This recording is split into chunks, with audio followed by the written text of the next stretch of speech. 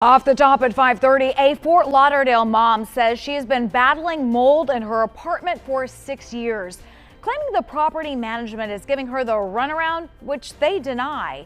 She claims mold in her apartment is impacting her son's health, and she has nowhere else to go. So she turned to CBS News Miami for some help. Your reporter Bree Buckley went to her apartment to find out more.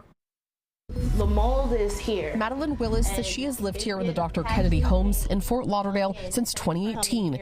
She says she first noticed mold in her kitchen back in 2020 and reported it to the property management, showing us pages of documentation, including back and forth emails with the property and photos she's taken over the years. I put mold in unit and AC. She claims the property would patch and paint over the spot, but the mold always came back. They're stating that it's not mold.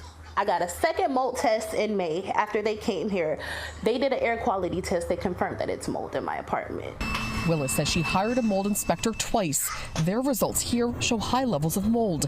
This report recommended remediation, saying it looked like the mold growth was scraped off and patched, which could have spread the mold spores into the air. They denied me for mold remediation back in March. And they told me, look, with their lawyer telling me, look, if you don't like the living, you can terminate your lease with no penalty and you can move out. Willis had a water leak back in March of this year and says the property fixed that, bringing in blowers and dehumidifiers. She said the property also brought in their own mold inspectors, who said those results didn't show elevated mold levels.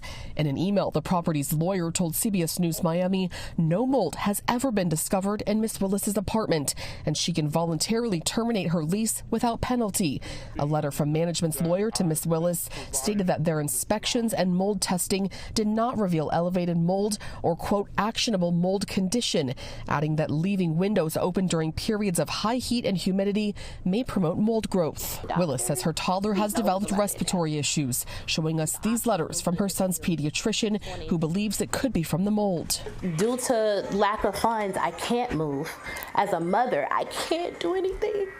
Dr. Kennedy Homes is an affordable housing property for low-income residents run by the Housing Authority of the city of Fort Lauderdale.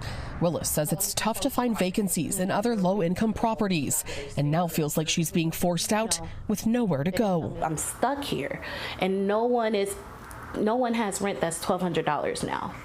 Everybody wants 3 times the rent. I went to the office here on property, but management told me they could not comment.